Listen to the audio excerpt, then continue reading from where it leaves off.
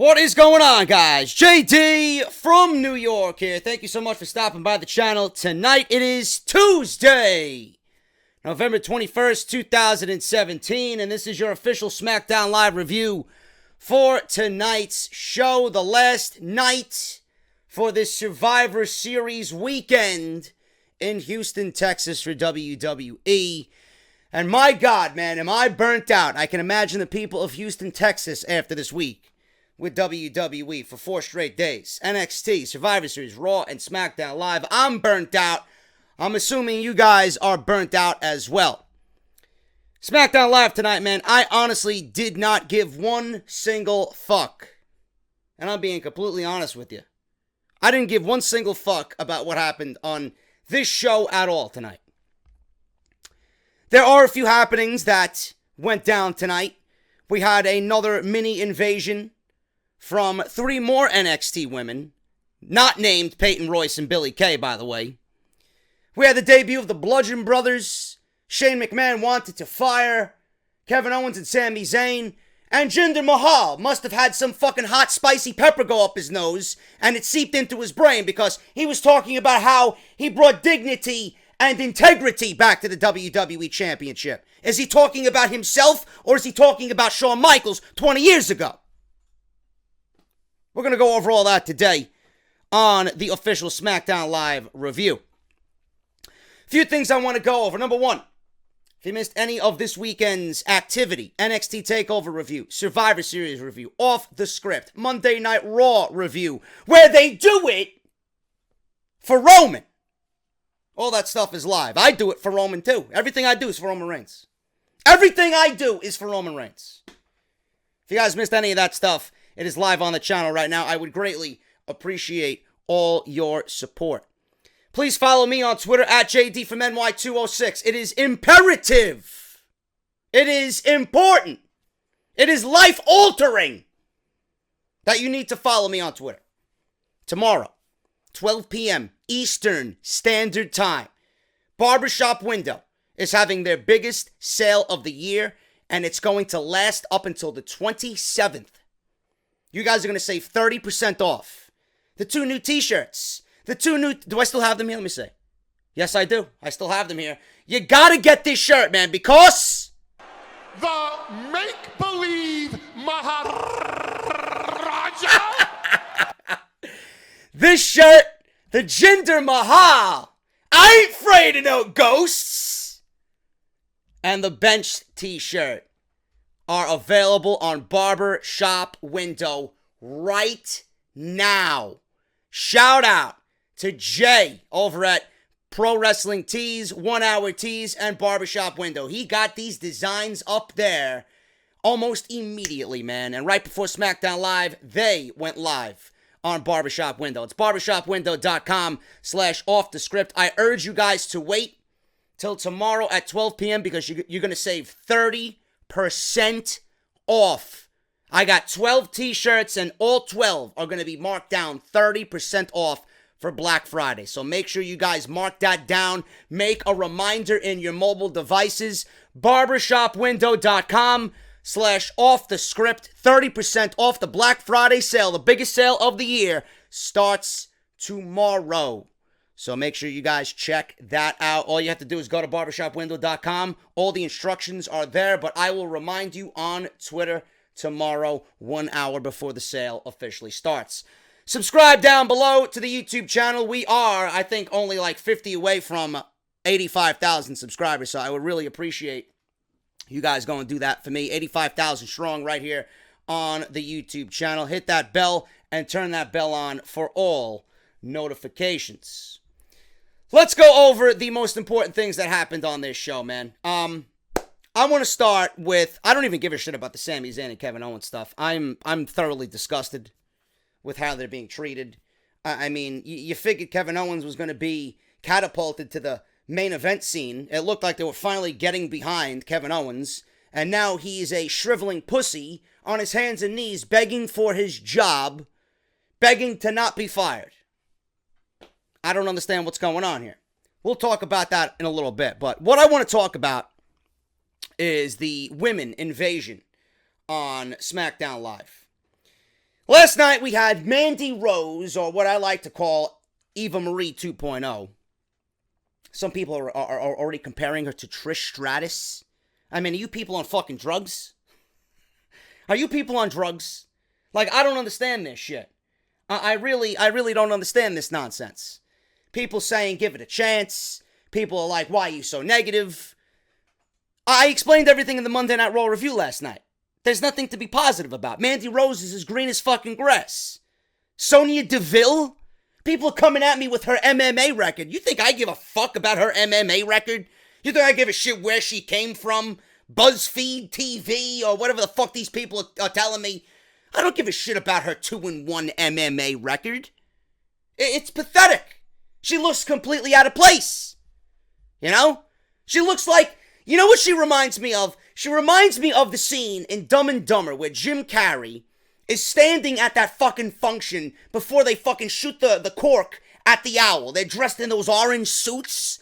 It's like Sonya Deville is like a scene out of Dumb and Dumber. She's just so out of place wherever she goes. She just looks ridiculous.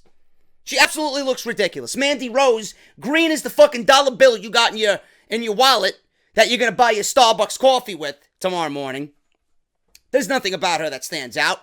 Is she a better wrestler than Eva Marie? I really don't know. All I remember from NXT was that she didn't move like Eva Marie. We all know how Eva Marie moved. She moved as if she was molasses. Looked like she was swimming in quicksand in the ring. So don't tell me that Mandy Rose and Sonya Deville and Paige are going to be a good thing. It adds more depth to the roster. No, it doesn't. It actually makes the roster worse because you're bringing up women that shouldn't even be on the main roster yet. And I explained all that in the Monday Night Raw review. Now, SmackDown Live, we all thought we were going to get Peyton Royce or Billie Kay. There was even a sign in the crowd. Billie Kay is my wifey, he brings to the arena. We didn't see Billie Kay or Peyton Royce. We saw Sarah Logan, who was in the Mae Young Classic. We got Ruby Riott, who would have been a better fit next to Paige. And then we got Liv Morgan. Liv Morgan with her cringe theme music. How these factions are even logical, I don't understand it. Like, I understand that WWE needs depth on the women's rosters for both brands. But are they truly going to embrace that depth? Are we going to get competitive women's wrestling on SmackDown and Raw? What is the logic behind these call-ups? Like, I don't understand that. Then some people are telling me, you know, why did they bring up 6 women from NXT? They just gutted the entire NXT women's roster. No, they didn't. No, they did not. At all. They got Rhea Ripley. They got Dakota Kai. They got Kairi Sane. They got Ember Moon. They got Nikki Cross. You still got Peyton Royce and Billie Kay down there. More notable Peyton Royce because Billie Kay really doesn't do much. Peyton Royce is the star of that team. Bianca Belair, Santana Garrett. That's 8 right there. Rumored to come in next year is Tessa Blanchard. So WWE has more than enough women on NXT's roster to make a full division. They are fine coming out of the Mae Young Classic. In fact, this move was necessary to be made. I expected something like this to happen. But the pairings on 2 separate brands with 3 women forming 2 factions, the last time we seen this, it didn't work out too well. It didn't go anywhere. Remember Team Bad and Team Paige? PCB? That shit didn't go anywhere. And then you had the Bella fucking faction there with Alicia Fox. That didn't go anywhere. In fact, that made shit worse. So I don't understand these pairings here. I don't know what their motive is. Now, I heard rumors that the reason why these call-ups are happening is because WWE is gearing up to get ready for January, because not only are we going to get a men's Royal Rumble, but we're going to get a female Royal Rumble as well. We're going to get a women's Royal Rumble. Why anybody would be interested in that, I don't know. Now, I'm an old school head. I don't want to see another Royal Rumble outside of the Royal Rumble that gets us to the main event of WrestleMania. I don't give a shit about the women's Royal Rumble or a women's Royal Rumble. Who wants to see that shit? Who wants to see that shit? I'm not interested in that. One Royal Rumble is enough. You're going to have 2 Royal Rumbles, plus you're going to have a massive undercard. The Royal Rumble itself has to go at least an hour. The Women's Royal Rumble has to at least hold up to the prestige of what the actual Royal Rumble is. Every minute and a half, 30 women in the match. You got to treat it just like you would treat the Men's Royal Rumble. If you're going to treat it any less, if it's going to be a shell of what the real Royal Rumble should be, then there's no reason to do it. The only reason why you're doing it is so that you could put it on your WWE resume. Oh, WWE did the first ever Women's Royal Rumble, the first ever this, the first ever that. Enough of the first evers. Women deserve just as much TV time as the men. Yes. I'm not going to sit here and tell you no. They got some of the most talented women you'll find in a wrestling ring in this company. But that also doesn't mean that the women have to get every single match and every single opportunity that the men do. There should be some things that the women should not do because it doesn't fit into the criteria of what women should be doing. Women should not be doing Hell in a Cells. Women should not be doing Royal Rumbles. Everything else, I'm A-okay with. The Money in the Bank, a ladder match, tables matches, I'm okay with that. But a Royal Rumble? No. No. The Royal Rumble is sacred to WWE history. Now you're going to revamp the women's roster just to get ready for a Royal Rumble? This is the rumor. Don't take this as credibility. Don't take this as actual legit information. This is what I heard. This is what I read. And Ruby Riott and Liv Morgan were baby faces. Big time baby faces on NXT. Now they're all of a sudden heels? All of a sudden heels. What is their motive? There's no motive for them to be called up right now. It's like WWE just made a spur of the moment decision with 6 random women. If this does not breed competition on SmackDown and Monday Night Raw, and if we just get this random attack, these random attackings, if we get no competition between these women, if they're not here to get gold, I don't know what their reason is. Or maybe WWE is ready to bring a tag team title to both Raw and SmackDown for the women's division. That would make things even worse. You think you see repetitive now? Wait till you get to that point. Neither that or the Royal Rumble should happen. I'm not a big fan of these call-ups, man. I'm not a big fan of Ruby Riott or Liv Morgan or Sarah Logan to begin with. Especially on Monday Night Raw. Mandy Rose and Sonya Deville, green as fucking grass. Then you got the fucking people on Twitter. Well, Braun Strowman never had an NXT match. You got people legitimately for 2 straight nights comparing these women to Braun Strowman. Are you fucking delusional? Are you out of your fucking mind? How are you comparing a Mandy Rose or a Sonya Deville or a Sarah Logan, who's got experience anyway in the indies? She knows what she's doing. So does Ruby Riott. Liv Morgan is another story. How are you going to compare a Liv Morgan to a Braun Strowman? It's not the same case. Not many people could do what Braun Strowman does. When I think of these call-ups, I think of Dana Brooke. What happened to Dana Brooke? Dana Brooke was okay. She was actually watchable on NXT with Emma. They brought her up to the main roster, broke her away from Emma because Emma was hurt. And what happened? She sunk like a fucking bag of potatoes. Garbage. And I said it last night, I don't understand why Paige needs a faction. I don't know why Paige needs lackeys. Doesn't do anything for Paige's character. Paige was a babyface, now all of a sudden he turns her heel upon return. Ruby Riott and Liv Morgan were baby faces to the fucking 10th degree on NXT. Now you're making them into a heel. I don't understand. It's like Vince McMahon had a fucking, he woke up from a wet dream on Sunday night and says, oh, we got to call this one up to Raw and SmackDown. It's like you pick names out of a fucking hat. I don't like it. I don't know where it's going. These pairings don't make sense. I don't know what their end game is. Whatever the end game is, you can speculate all you want. I don't see it being good or intriguing or interesting. So I'm going to shit all over it. You may be a fan of Liv Morgan. I'm not. Liv Morgan's green as fucking grass. Though she's getting better. I'm not a big fan of Ruby Riott, though she's capable in the ring. Depends on how the fans are going to receive her. Sarah Logan, I haven't seen much of her. She really didn't even have a cup of tea in NXT. Outside the Mae Young Classic. And even then I wasn't impressed with her. Mandy Rose, Sonya Deville, you guys know how I felt about that watching Monday Night Raw review. I don't like it. Don't like it whatsoever. We'll see what happens.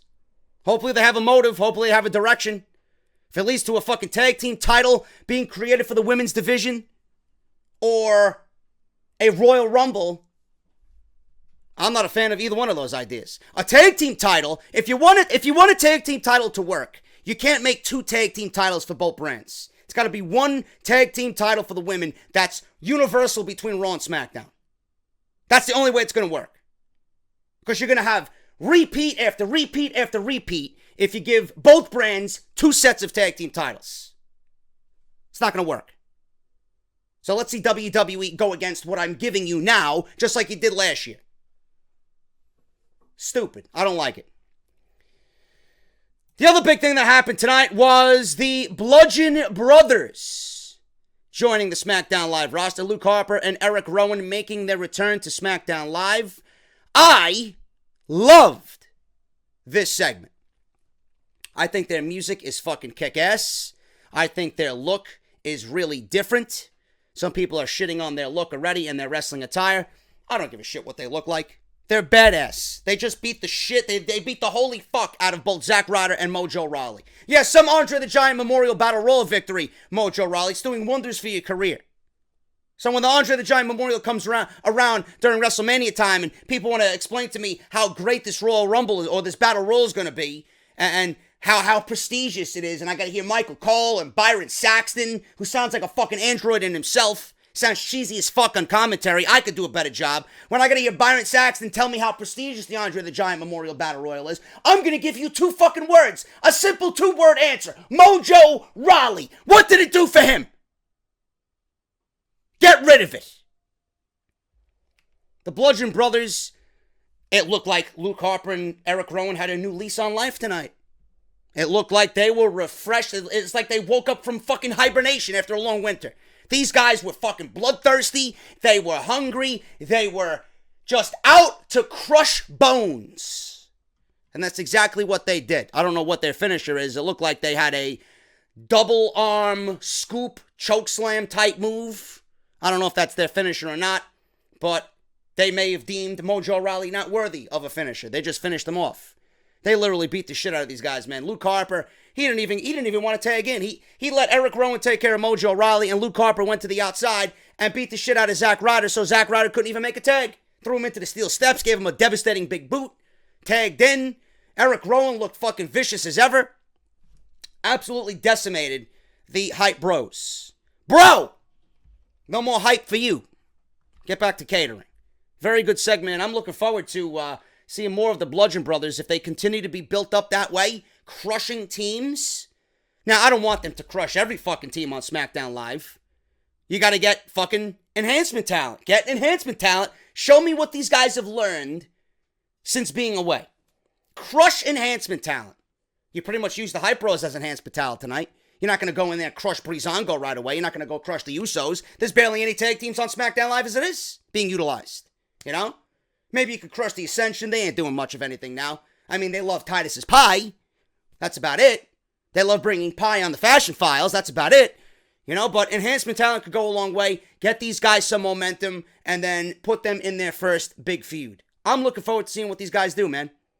You know, I was anticipating this to be a flop. The crowd in Houston really seemed to warm up to them. They just love the carnage that they set forth in the ring. And it was a demolishing of the Hype Bros. Good stuff. Good stuff. Other than that, man, there was really nothing else on this show whatsoever. I mean, you had the Sami Zayn and Kevin Owens stuff, which we're going to go over, the AJ Styles stuff. He talked about Brock Lesnar and, you know, you don't get rewarded for coming in second place, but he threw everything he had at the Beast. Brock Lesnar is really the Beast that we all say he is. Jinder Mahal calls him out. We'll go over all that stuff in just a second. Just a word of advice. If you guys missed anything today, I did upload an off-the-script Part 3 video that was supposed to be uploaded on Sunday for Survivor Series, right before Survivor Series. I uploaded that today. So if you guys missed that video, make sure you guys go and check that out.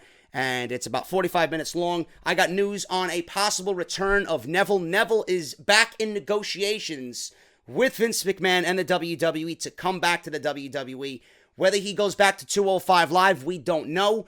I am assuming, and I talk about this in the video, if they are willing to bring Neville back and want to bring Neville back, they aren't going to make the same mistake twice. I do not see Neville going to 205 Live. I see Neville going to SmackDown or Monday Night Raw. So if you guys missed that video, I will link it in the annotation within this video in the top right corner. Make sure you guys go and check that out. SmackDown Live opened up the only way SmackDown Live knows how to open up, with a McMahon.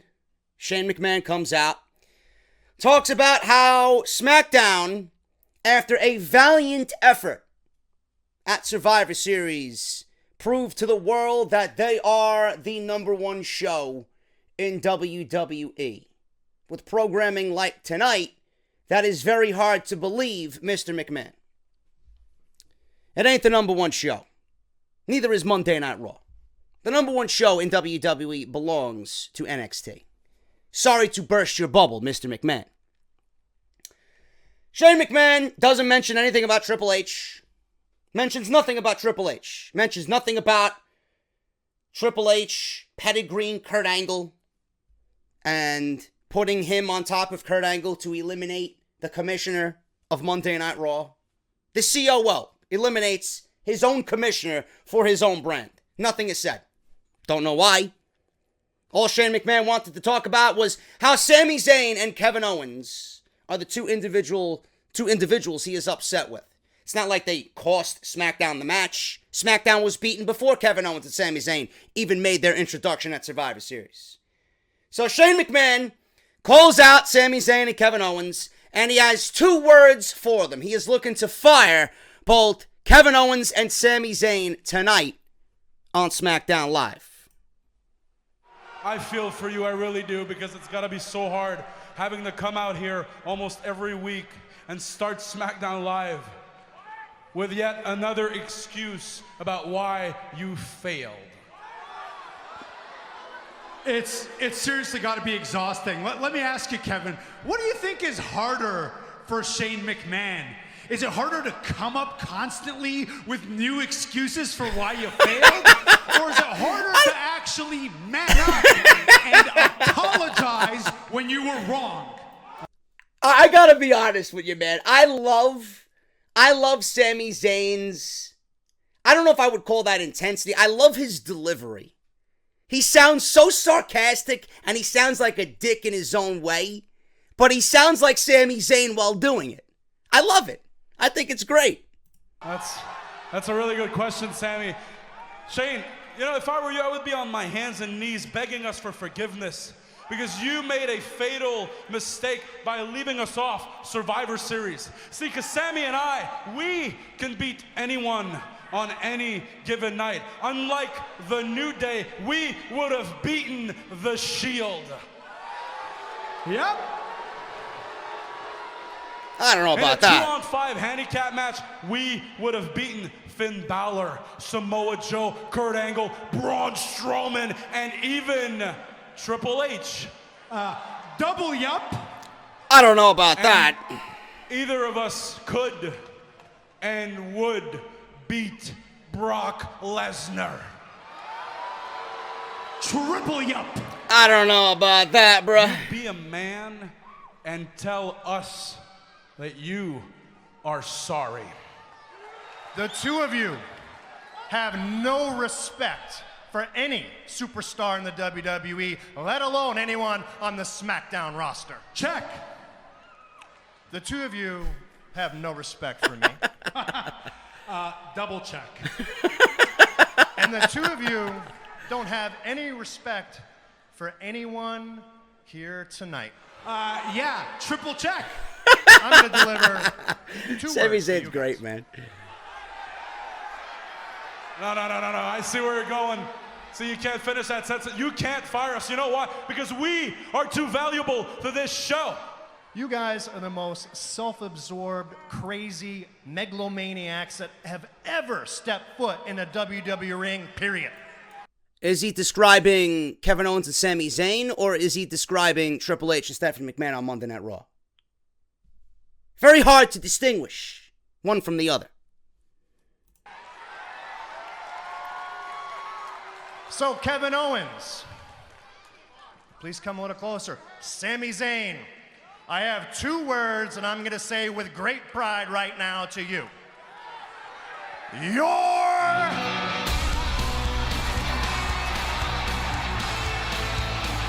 Daniel Bryan steps in, Shane, and he doesn't want to fire Kevin Owens and Sami temporary Zayn. Solution than terminating the contracts of Kevin Owens and Sami Zayn tonight. Like you said, everybody in the back hates their guts. In fact, I personally had to send Randy Orton home because he said he wouldn't be held responsible for what he would do to you if he saw you tonight. And the New Day are furious that you just left them high and dry when Raw ransacked SmackDown Live last week. So tonight, you guys get a chance to prove that you can beat anybody on any night when the 2 of you face the New Day. Okay, hang on. No, first of all, that is totally bogus, and that is totally unfair because there's 3 of them, and there's only 2 of us. Sammy, shut up! Not only will you face the New Day, you will face them in a lumberjack match. Wow. Yeah. What happened to the smiles now? I don't see Kevin Owens and Sami Zayn gloating. They're going to get what they deserve tonight. I don't like lumberjack matches, man. I hate lumberjack matches. They are so cheesy. They all end the same way. And it's just lame television. I've always thought that way. And I knew what was going to happen before we even got to the main event. Now, the lumberjack match made sense when Daniel Bryan explained why he was doing it. He did not want to fire Sami Zayn and Kevin Owens. I mean, who would want to? If you are a general manager or a commissioner, why would you want to? That's 2 talents that would just make the opposing brand that you just battled on Sunday night a lot better. But Daniel Bryan was willing to work with them. He understands how valuable they are and the talent that both men possess. He just wants to teach them a lesson. So he figured he would let the New Day get their revenge on Sami Zayn and Kevin Owens for bailing on them last week on the Go Home show, which I like that storyline continuation. They did not forget about that. Some people didn't even realize that happened. I had to make mention of it several times. Attention to detail. They bailed. They said, or they were told rather, from Shane that they have no brand loyalty. And that was showcased when they left ringside area, when Raw and The Shield and everybody else attacked Shane McMahon. They were not there to help. So Daniel Bryan wanted to give the New Day a chance at revenge. And they also wanted to give the SmackDown Live roster a chance at revenge as well, to get some cheap shots in on Sami Zayn and Kevin Owens. That's why I understand the lumberjack match made sense storyline-wise. As far as the match itself, I just don't care about it. I really don't care. That's the way SmackDown Live opened up. I'm glad we're getting a continuation of Sami Zayn and Kevin Owens, being that their interference in the main event at Survivor Series fell very flat, and Shane McMahon pretty much chased off Sami Zayn with a steel chair while Kevin Owens got RKO'd by Randy Orton, and they played no factor into the decision of the match itself anyway. SmackDown at that point, before they even made their appearance known, were beaten. It was 2 against 4. Those 4 being Strowman, Balor, Triple H, and Kurt Angle. You ain't going nowhere. It was Randy Orton and Shane McMahon by themselves. You ain't gonna win, bruh. You were done before Sami Zayn and Kevin Owens even showed up. Now it's just punishing them a little. So I understand why Daniel Bryan did it storyline-wise. Jey Uso versus Shelton Benjamin. This is a continuation of what we've been getting. We didn't get the tag team match. Apparently, there was a count out last time these guys were supposed to get their tag team title shot. Benjamin and Gable won by countout. I think it was Jimmy Uso who took a really, really nasty bump on a chop block by Chad Gable. Obviously, he's okay. Obviously, we'll be getting this feud to continue into the Clash of the Champions pay-per-view. So we're going to get singles matches to get us there. Next week, it'll probably be Jimmy Uso versus Chad Gable. You know, simple booking here. Not the most exciting way to go about it, but Shelton Benjamin beat Jey Uso with the pay dirt. And Benjamin hits the ring, starts going at it with Jey. Jey hits a super kick, 2 count. Gable tries to get involved, but Jey takes care of him. Uso comes off the top rope, but Shelton catches him in the pay dirt for the pin. We got the challengers going up 1-0 so far in this tag team title feud in the singles matches that we're going to be getting. This is all going to lead to, like I said, the Clash of the Champions, where Shelton Benjamin and Chad Gable go against the Usos for the tag team championships. You're going to have the Bludgeon Brothers breathing down your neck sooner or later, so either team, you're going to have a very difficult time if WWE continues to build up the Bludgeon Brothers, like I hope that they do. The tag team division could be very good on SmackDown Live. Owens and Zayn are backstage. They try to convince some of the Lumberjacks to be on their side. They start talking to Baron Corbin, trying to make sure they have a friend tonight. Corbin smiles and asks what's in it for him, because you know Baron Corbin's a lone wolf. If he's going to be asked a favor, he needs some payment in return. Owens says sticking it to Shane feels good, and it's more about principles.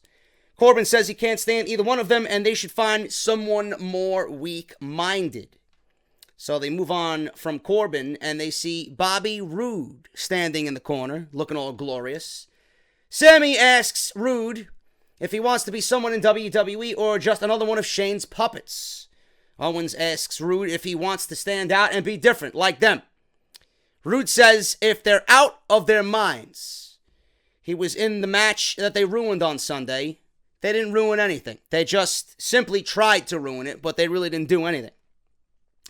They ruined it for Roode and the entire SmackDown locker room. They didn't ruin anything for Roode. Roode was eliminated by Braun Strowman within the first 10 minutes of the match. Roode says he will see them both out there tonight, and he owes both of them a receipt. So we'll see what happens. So far, Zayn and Owens are 0 for 2 in making a friend in the Lumberjack match. All of a sudden, we get Naomi getting her makeup done. Ruby Riott, up from NXT, shows up out of nowhere. She wants to introduce 2 of her friends to Naomi, Liv Morgan and Sarah Logan. Then they proceed to beat down and destroy Naomi. Becky Lynch tries to make the save. She gets taken out as well. They put Becky Lynch between a door and start slamming the door against her ribcage. It looked like it hurt like hell. Referees come and break it up. They start calling for a doctor. So we got these NXT Outlaws coming on to SmackDown Live and wreaking havoc on Becky Lynch and Naomi. For what? I don't know. I told you in the beginning, I don't know what the fuck they're doing on SmackDown Live. I don't know what these women are doing on Monday Night Raw outside of Paige's debut or re-debut to Monday Night Raw after her 1.5 year long injury. I don't know what they're doing. I don't know what they're doing. I hope this leads to something good. But like I said, we discussed this. It's either a Royal Rumble or WWE setting the stage for a possible tag team championships being brought to the women's division. Shane is backstage talking to Daniel Bryan. He says he didn't know Bryan was bringing women up from NXT, but that's awesome because it adds more depth to the roster. The booking of the Lumberjack match tonight was genius, says Shane McMahon. Shane talks about how Bryan's way is the best, and he's cooled down now, but he will be going to the hotel to kick up his feet before he does something more drastic tonight. So, Shane McMahon, you know, he was told last week by Daniel Bryan that he wanted to talk to Shane McMahon about the Under Siege, about how he felt he was undermined and not filled in on the information. This week, it's Shane McMahon telling Daniel Bryan that the call-ups from NXT were a good move, and that the Lumberjack match is a genius move, and that I'm going to take the night off. So last week, he was worried that Bryan was going to say something to him. This week, he's praising Bryan. Are we going to go back to what Bryan wanted to talk about, or is that going to be swept under the rug? I don't know. We'll see what happens. Maybe all of this is leading to Daniel Bryan siding with Kevin Owens and Sami Zayn. I don't know what's going to happen, but it definitely has some level of intrigue on SmackDown Live. The Hype Bros versus the Bludgeon Brothers. This was quick and painless for both Harper and Rowan. The Bludgeon Brothers win. They do a double team move looking like a choke slam. They lifted Mojo Rawley up, slammed him to the ground. 1, 2, 3, and that was it. Very, very impressive debut for the Bludgeon Brothers, Harper and Rowan. Dasha Fuentes is backstage with Natalya. She is asking what she thinks of the tides turning in the women's division on SmackDown Live. Awful. Absolutely awful, man. You could get a fucking cardboard cutout and it would have more charisma than Dasha Fuentes. Absolutely terrible. Natalya says that the appearance last week by WWE Hall of Famer Ric Flair was disgusting and is confident that going into tonight's match with Charlotte, she will win the title back. Good job, Natty. Ric Flair, disgusting? Come on, man. After what Ric Flair had gone through, almost dying, can we not mention Ric Flair and disgusting or pathetic or anything negative towards Ric Flair? Aim it towards Charlotte, not Ric Flair. AJ Styles. AJ Styles. He's out to talk about his match with Brock Lesnar. He wishes he could celebrate by beating the Beast at Survivor Series, but it didn't end up that way. It didn't go down as he wanted. Not because he didn't try. He hit Lesnar with everything in the book, says AJ Styles. Styles says Lesnar is every bit of a beast he thought he was. AJ talks about getting post-match texts and messages from people saying congratulations, he held his own. AJ says this is WWE and you don't get trophies for second place. But he was not the one limping after their match. Brock Lesnar was. And then he says, and this is very important because they would not have AJ Styles say this unless WWE was thinking it. AJ says if Brock wants a rematch, he should just remember that Rocky got the win in the sequel. Now, there is news on Brock Lesnar, which will be the main story on Fridays off the script. Apparently, Vince McMahon does not believe Finn Balor is over enough to battle Brock Lesnar for the Universal Championship. This is actually legit news, reported by Dave Meltzer and PW Insider. The original Royal Rumble plans are going to be canceled for Finn Balor, challenging for the Universal Championship. Maybe we get AJ Styles challenging Brock Lesnar again. There really is nobody else on the roster to challenge Brock Lesnar for the Universal Championship. You can't do Samoa Joe. You can't do Braun Strowman again because they're building up Braun Strowman following that first loss to Brock Lesnar. They're just now building him up. You're going to put him in another match with Brock Lesnar to lose again and then restart that momentum all over again? That doesn't make any sense. Same thing with Samoa Joe. Joe lost. He was out with injury. He's back. He's slaying kids on Monday Night Raw. And you don't want to build him up ultimately to just lose to Brock Lesnar. There really is nobody else. It's either you go with Finn Balor and you just do what you need to do, because Balor really isn't going anywhere. Balor, is a fan favorite. If Balor loses, Balor loses. Balor's been losing for the entire fucking year. He's been embarrassed for the entire year. He's been putting Bray Wyatt over. He's been infused with Elias. He's now losing to Samoa Joe. Clean. He lost to Kane. Clean. He might as well just go all the way with it. Or maybe WWE is setting up AJ for another match with Brock Lesnar. Maybe. I don't know. I would like to see it. AJ delivered a match with Brock Lesnar that Roman wishes he could deliver with Brock Lesnar. In fact, AJ delivered a WrestleMania match, a WrestleMania-worthy match with Brock Lesnar. I wish Vince McMahon would see that AJ Styles is the most valuable wrestler the most valuable commodity in this company. Yet you want to have Roman Reigns in the main event of WrestleMania. I'm also hearing that, and this is just absolutely fucking sickening. I'm also hearing, and there's a report to go along with the Balor report, which we'll talk about on Friday. Vince McMahon has been absolutely on everyone's case in creative. He does not want anyone to kick out of the F5 until WrestleMania 34. That is going to be reserved for Roman Reigns. This is all absolutely fucking sickening. It is absolutely sickening. It's disgusting. AJ says he doesn't want to talk about Brock Lesnar anymore. Neither do I. We'll talk about that on Friday. He doesn't want to talk about Survivor Series. This is SmackDown Live, and this is the house that AJ Styles built. Now, there was supposed to be a title match tonight. It was supposed to be Mahal invoking his rematch clause against Jinder Mahal. It was supposed to be Jinder Mahal invoking his rematch clause against Jinder Mahal. That's what I said. God forbid we've seen that. One Mahal is bad enough. It was supposed to be Jinder Mahal invoking his rematch clause against AJ Styles.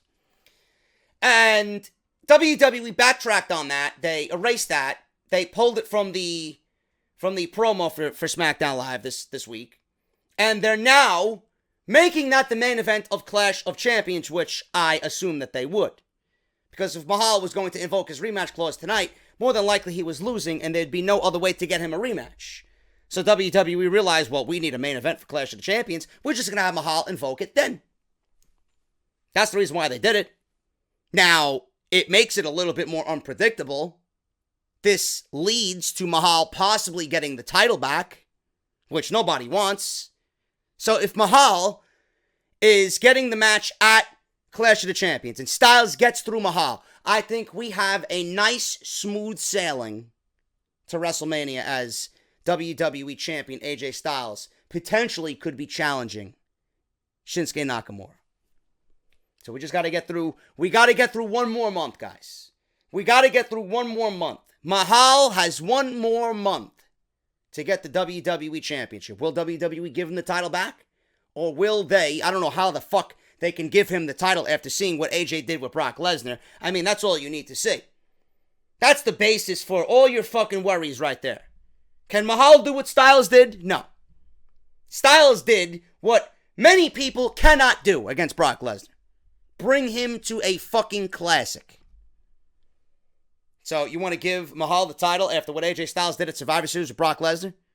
It's like you'd be going fucking 8 steps backwards. And you're potentially going to ruin everything going forward on the road to WrestleMania. Please don't do it. Please don't do it. But we did see Mahal tonight. Unfortunately, we did see Mahal. Styles calls out Jinder Mahal for a WWE rematch. He was ready to defend his title tonight. Mahal says he will challenge when he is ready, when he wants. This is SmackDown Live. This is the house that AJ Styles built.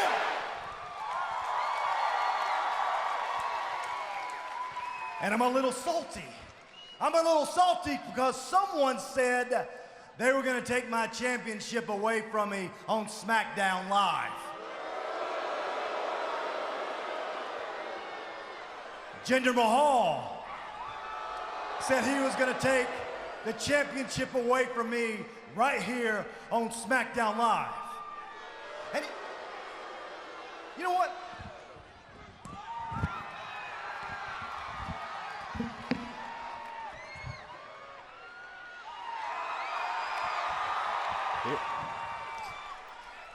All right, Jinder, this is my championship.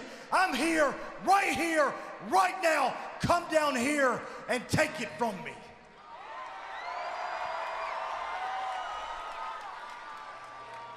AJ, I'm up here, AJ. I come down there when I want. In fact, I'm too busy to come down to the ring right now because I'm watching your match against Brock Lesnar on the WWE Network over and over. And AJ, I thought you... Oh, really, Jinder? You're watching it over and over and over. A, cheap plug for the WWE Network. B, you're watching it over and over and over again. Why? Why? Are you salty that you didn't get the opportunity against Brock Lesnar? Are you salty that you know deep down in your soul that you can't bring out a match like that to the people against Brock Lesnar, and you're jealous that AJ did everything he said he was going to do? There's no way that you could have did what AJ did. That's why you're watching it. You're watching it because you suck. And you need to learn from the best in the world. I understand, Jinder. I understand. Continue to watch. The more you watch, the more you will not be AJ Styles. Simple as that. Jinder Mahal will never be AJ Styles. Almost had it. But unfortunately for the WWE Universe, 2 weeks ago you took advantage of me at a time that I wasn't ready.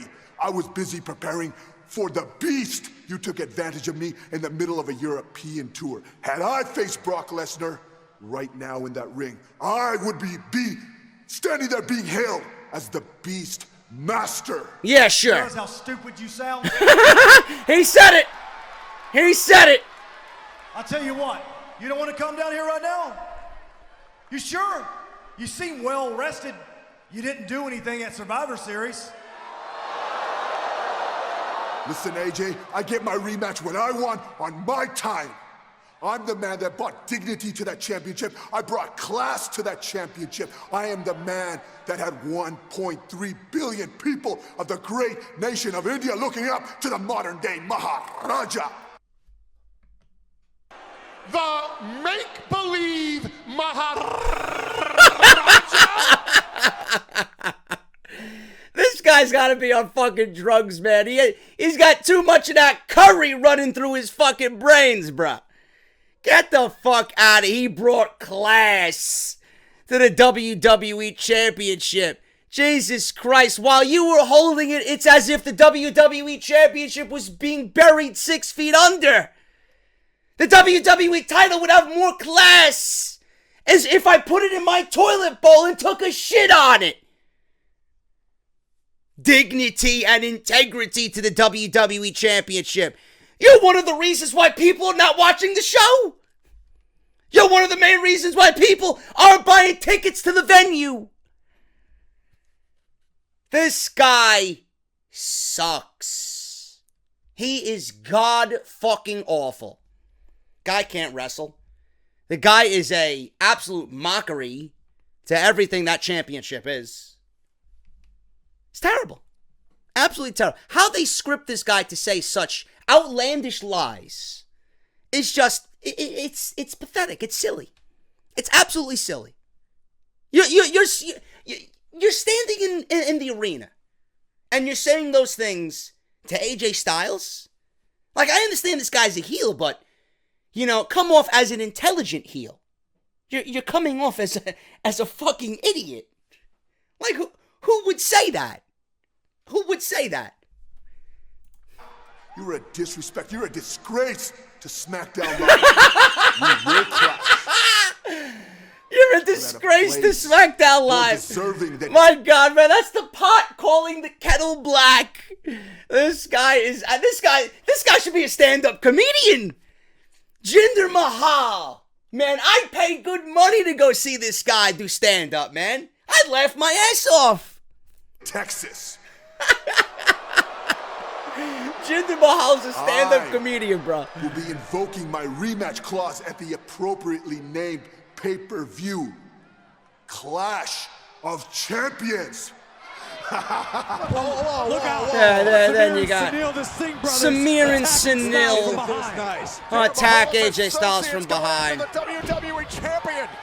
And that's pretty much that. They get their ass kicked.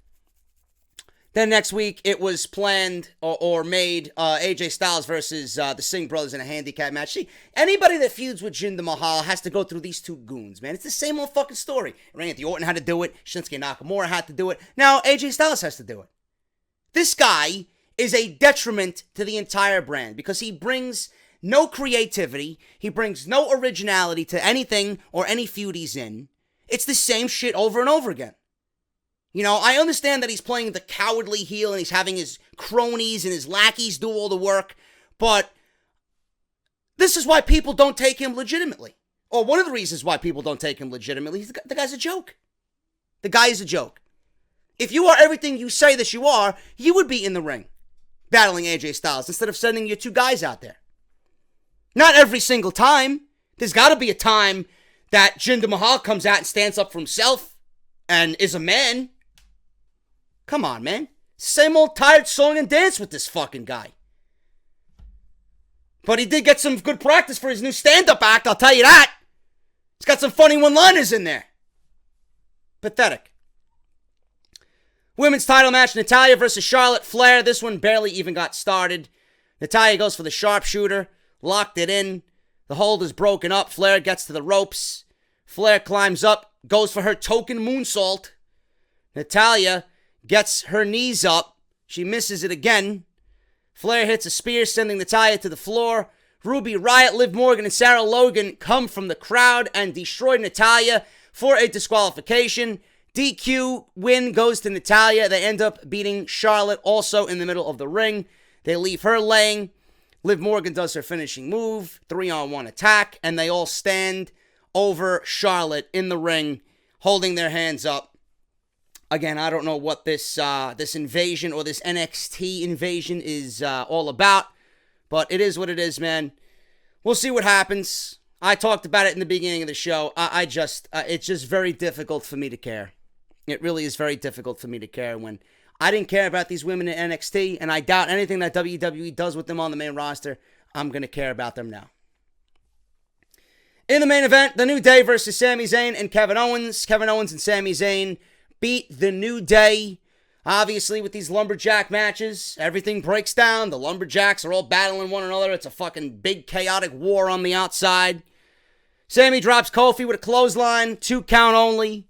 Owens tags in, drops Kofi with a headbutt in the corner. Owens with more offense, another pin attempt. Big E finally gets the hot tag. He unloads on both, hits a pair of belly-to-belly suplexes on Sami. Big E runs the ropes, hits the splash on Sami. Fans start chanting for New Day. They're into the match.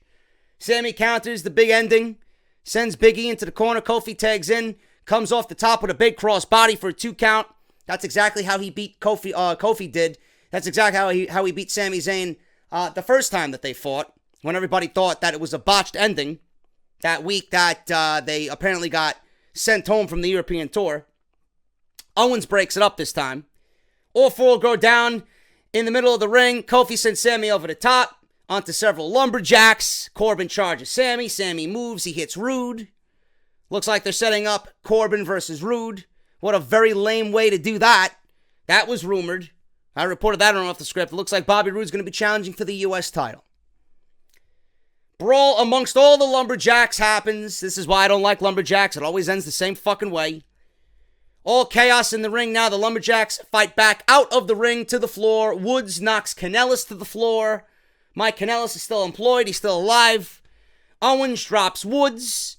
Kofi comes from behind on Owens, but Sami comes from behind on Kofi and rolls him up for the win due to all the chaos that's happening.